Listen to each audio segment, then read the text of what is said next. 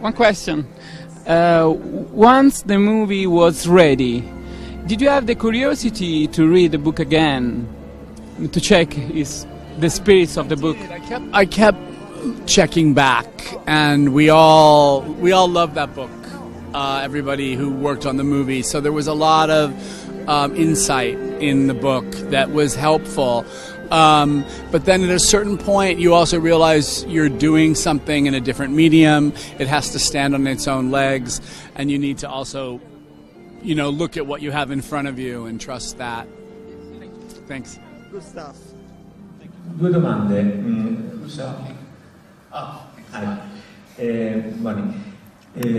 Mi ha colpito molto come lei ha evidenziato e esaltato il coraggio di due donne, appunto all'inizio degli anni 50, che con coraggio mettono davanti a tutti la loro identità.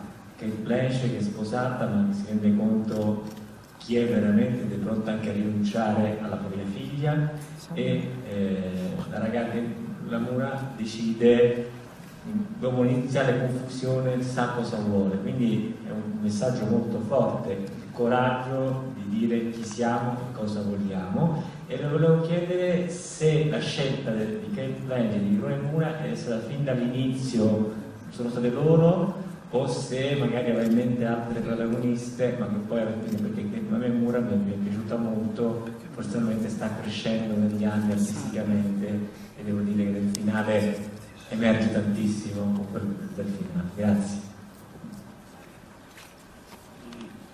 Thank you. I agree.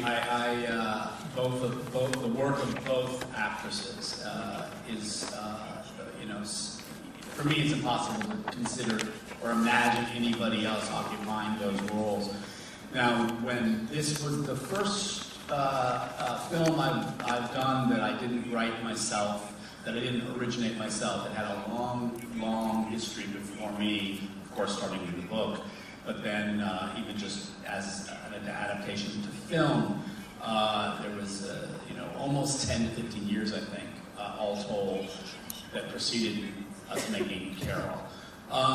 Elizabeth Carlson was the producer who really re-infused the process about 5 years ago.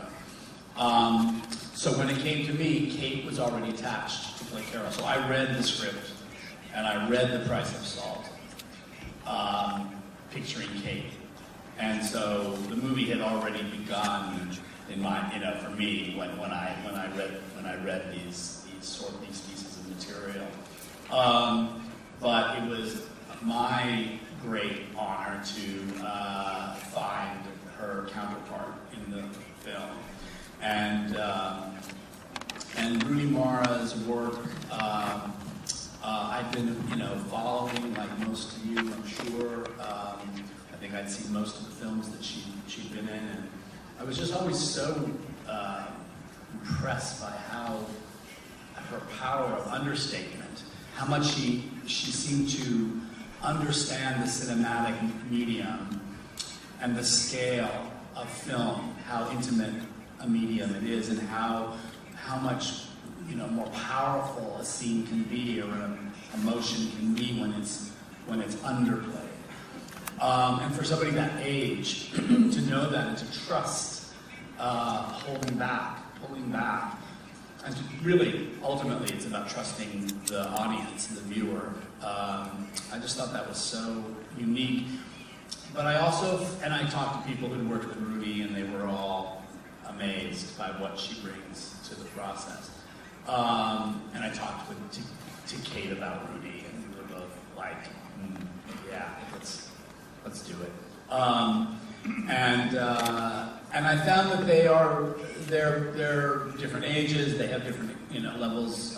Kate's been doing this longer than Rooney, but they're very similar. They're very incredibly intelligent women, obviously, incredibly versatile, very professional and prepared. They come prepared. But they really understand, I think, the narrative component, and where, why the camera, they want to know why the camera is where it is. Whose point of view are we looking at this scene from. All of the nuances of storytelling affect their choices and their decisions as performers. So and we had 2 weeks, 2 precious weeks of rehearsal, which is not always typical for low-budget films, and that was a great process for us, because we could just sit around and read the scenes and talk through the material and get to know each other.